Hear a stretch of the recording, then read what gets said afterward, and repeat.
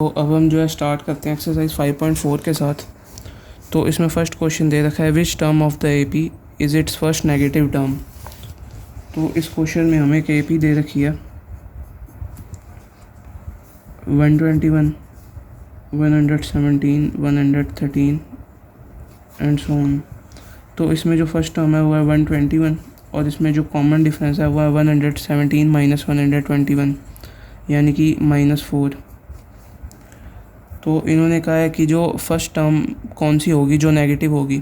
तो मैं लेट कर लेता हूँ, let nth term be a first negative term. तो nth टर्म जो है वो फर्स्ट टर्म होगी जो नेगेटिव होगी। तो यहाँ पे मैं सिंपली nth टर्म का फॉर्मूला लगा सकता हूँ। तो यह आ जाएगा a plus n minus 1 into D which is less than 0। a की वैल्यू है 121 प्लस n की वैल्यू तो मुझे फाइंड करनी है और d की वैल्यू है -4। तो यह आ जाएगा 121 minus 4n plus 4 less than 0। यह आ जाएगा 125 माइनस 4n लेस दैन 0। तो यह आ जाएगा 125, 4n को मैं दूसरी तरफ ले गया तो यह आ जाएगा 125/4। तो जब आप इसे सॉल्व करोगे तो यह आ जाएगा 4 3 ज़ा 12, 4 1 ज़ा 4 और 4 2 ज़ा 8, 4 5 ज़ा। तो n must be greater than 31.25 यानी कि n की जो वैल्यू होगी वो 32 हो जाएगी। तो अगर n की वैल्यू जस्ट इससे बड़ी तो वो इंटेग्रल वैल्यू, तो n की वैल्यू आ जाएगी 32। तो n की वैल्यू 32 अगर मैं पुट करूँगा तो अगर मैं nth term where n is 32 वो फाइंड करूँगा टर्म, तो उसमें जो है फर्स्ट नेगेटिव टर्म मिलेगी मुझे। तो n की वैल्यू हमारे पास 32 आ गई। तो अब हम जो है सेकंड क्वेश्चन पे चलते हैं। The sum of the third and seven term of an AP is 6 and their product is 8। Find the sum of the first 16 terms of an AP। तो एक AP दे रखी है जिसमें थर्ड और सेवन टर्म जो है उसका सम, थर्ड और सेवन टर्म का जो सम दे रखा है वो है 6 और इनका जो प्रोडक्ट दे रखा है वो है 8। तो हमें 16 टर्म फाइंड करनी है। तो मैं A3 को लिख सकता हूँ a + 2d, A7 को लिख सकता हूँ a + 6d। तो ये आ जाएगा 2a + 8d = 6। अगर मैं पूरी इक्वेशन को 2 से डिवाइड कर दूँ तो ये आ जाएगा a + 4d = 3। तो ये हमारे पास एक इक्वेशन आ गई है। अब अगर मैं इसको सॉल्व करूँ तो ये आ जाएगा a + 2d, a + 6d = 8। अब अगर मैं यहाँ से a की वैल्यू निकाल के इस इक्वेशन में पुट कर देता हूँ तो ये आ जाएगा a = 3 - 4d। अब अगर मैं a की वैल्यू यहाँ पे पुट कर देता हूँ तो ये आ जाएगा 3 - 4d + 2d, 3 - 4d + 6d = 8। तो ये आ जाएगा 3 - 2d, 3 + 2d = 8। तो a - b, a + b, तो इसे मैं लिख सकता हूँ a² - b² = 8। तो 9 - 8 is 1 = 4d²। तो d की वैल्यू आ जाएगी +-1/2। तो d की वैल्यूज़ हमारे पास 2 आई हैं। तो अगर d की वैल्यू मैं 1/2 ले सकता हूँ और एक दूसरी वैल्यू है -1/2। अगर तो d की वैल्यू 1/2 है तो इसमें a की वैल्यू है 3 - 4d। तो a की वैल्यू आ जाएगी 3 - 4 × 1/2। तो a की वैल्यू आ जाएगी 3 - 2 = 1। तो a की वैल्यू 1 आ गई। अब इन्होंने कहा था कि सम ऑफ 16 टर्म्स निकालना है। तो 16/2 2a + n - 1 यानी कि 15 इंटू d की वैल्यू है 1/2। तो ये आ जाएगा 16/2, 2 + 15/2। तो 2 8 ज़ा 16, तो ये आ जाएगा 8 × 19/2, 2 4 ज़ा 8 और ये आ जाएगा 76। तो जब d की वैल्यू 1/2 थी तो a की वैल्यू 1 आई और सम ऑफ 16 टर्म्स आ गया 76। अब अगर d की वैल्यू -1/2 है तो a = 3 - 4 इंटू d। तो a की वैल्यू आ गई 5। अब हमारे पास a की वैल्यू 5 आ गई तो सम ऑफ 16 टर्म्स आ जाएगा 16/2, 2a + n - 1 यानी कि 16 - 1 15 इंटू d की वैल्यू है -1/2। तो यह 16/2 8 आ जाएगा, 2 5 ज़ा 10 -15/2। तो ये आ जाए 8 इंटू 5/2, तो ये आ गया 20। तो जब डी की वैल्यू -1/2 है तो सम ऑफ 16 टर्म्स आ जाएगा 20। तो अब हम जो है थर्ड क्वेश्चन पे चलते हैं। तो थर्ड क्वेश्चन में हमें दे रखा है अ ladder has 25 rungs a ladder has rungs 25 centimeter apart. The rungs decrease uniformly in length from 45 centimeter at the bottom to 25 centimeter at the top. If the top and bottom rungs are 1/2 meter apart, what is the length of the wood required for the rungs? तो इसमें जो है पहले तो मैं number of rungs find कर लूँगा, यानी कि n की वैल्यू। तो इसमें जो है टोटल जो डिस्टेंस है बिटवीन द बॉटम रंग एंड टॉप रंग वो दे रखा है 250 सेंटीमीटर। और अगर मैं दो रंग्स का डिस्टेंस निकालूँ, यानी कि यहाँ पे दे रखा है कि अगर ये एक रंग है और एक ये रंग है, तो इसका जो टोटल डिस्टेंस है वो है 25 सेंटीमीटर। तो इसको मैं 25 से डिवाइड कर दूँगा। अब इसमें जो है हम +1 भी करेंगे, क्योंकि मुझे जो है बोथ साइड इंक्लूड करनी है, एक ये वाली बॉटम रंग भी इंक्लूड करनी है और टॉप रंग भी इंक्लूड करनी है। तो इसमें इसलिए जो है मैं +1 करूँगा, क्योंकि मुझे दोनों इंक्लूड करनी है। तो ये आ जाएगा 10 + 1, यानी कि टोटल नंबर ऑफ रंग्स आ जाएंगी 11। तो n की वैल्यू आ गई 11। तो अब जो मुझे टोटल नंबर ऑफ वुड बतानी है, तो जो बॉटम रंग है उसकी तो वैल्यू आ गई 45, उसको मैंने फर्स्ट टर्म ले लिया। और जो टॉप रंग है, यानी कि टोटल नंबर ऑफ 11 टर्म्स है, यानी कि जो 11th रंग आई है वो उसकी जो लेंथ है वो है 25 सेंटीमीटर। A11 को मैं लिख सकता हूँ A + 10D = 25। तो अब अगर मैं A की वैल्यू यहाँ पे सब्सटीट्यूट कर दूँ तो 45 + 10D = 25। 10D की वैल्यू आ जाएगी 25 - 45 = -20। D की वैल्यू आ गई -2। तो A की वैल्यू आ गई 45 और D की वैल्यू आ गई -2। तो अब जो है मैं इजीली सम ऑफ 11 टर्म्स बता सकता हूँ। तो यह आ जाएगा 11/2 2A, यानी कि ट्वाइस ऑफ 45 + n-1, यानी कि 11 - 1 10 इंटू D की वैल्यू -2। तो यह आ जाएगा 11/2 45 2 × 90 और ये -20। तो 11/2 यह आ जाएगा 70 35 2 × 70। तो टोटल आ जाएगा 385 सेंटीमीटर। तो थर्ड क्वेश्चन में हमें बताना था कि 11 रंग्स का जो टोटल वुड रिक्वायर होगी वो है 385 सेंटीमीटर। तो अब हम जो है नेक्स्ट क्वेश्चन पे चलते हैं। तो नेक्स्ट क्वेश्चन में दे रखा है the houses of a row are numbered consecutively from 1 to 49। Show that there is a value of x such that the sum of the numbers of the houses preceding the house numbered x is equal to the sum of the numbers of the houses following it. Find this value of x। तो यानी कि एक houses को number किया गया है,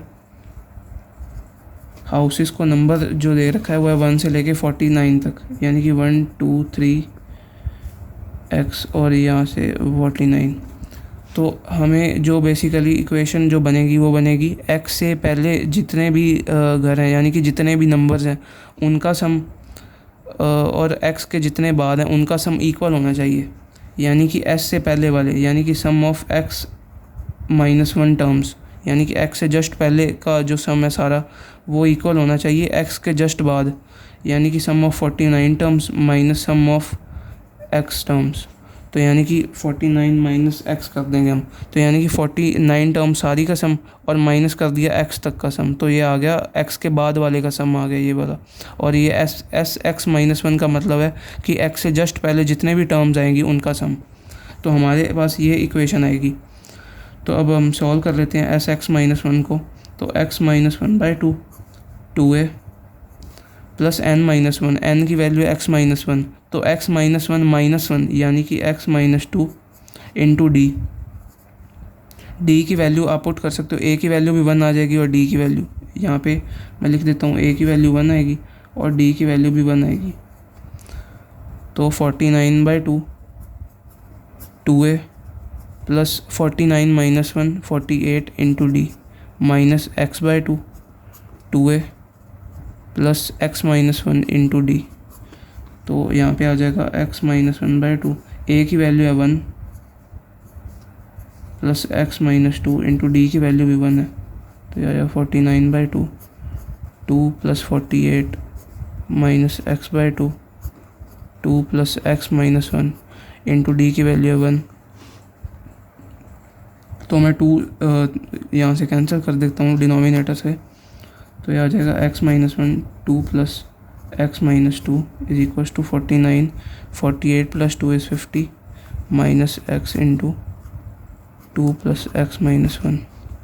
तो ये आ जाएगा एक्स माइनस 1, 2 से 2 cancel, x is equal to 49 into 50 आ जाएगा 2450 minus x into x plus 1। तो ये आ जाएगा x square minus x is equal to 2450 minus x square minus x. अब माइनस एक्स और माइनस एक्स ये कैंसिल हो जाएगा, ये माइनस का एक्स स्क्वायर उधर जाके पॉजिटिव आ जाएगा, 2x square minus 2450 is equal to 0। अब मैं 2 से डिवाइड कर देता हूँ पूरी इक्वेशन को, तो ये आ जाएगा x square minus 1225 is equal to 0। तो x की वैल्यू आ जाएगी प्लस माइनस 35। तो हम जो है माइनस 35 को रिजेक्ट कर देंगे, तो x is equal to minus 35, इसको हम रिजेक्ट कर देंगे, तो x की वैल्यू हमारे पास आ जाएगी 35। क्योंकि हाउस को 1 से लेके 45 तक नंबर किया गया, तो नेगेटिव नंबर नहीं आएगा बीच में, तो x की वैल्यू आ गई 35। यानी कि 35 से जितनी मैं टर्म्स पहले लूँगा तो x की वैल्यू आ गई 35। 35 से जितनी टर्म्स पहले आएंगी उनका सम, और 35 के जितने बाद नंबर्स आएंगे उनका सम, तो वो इक्वल आएगा। तो फोर्थ क्वेश्चन हमारे पास हो गया। तो अब हम चलते हैं फिफ्थ क्वेश्चन पे।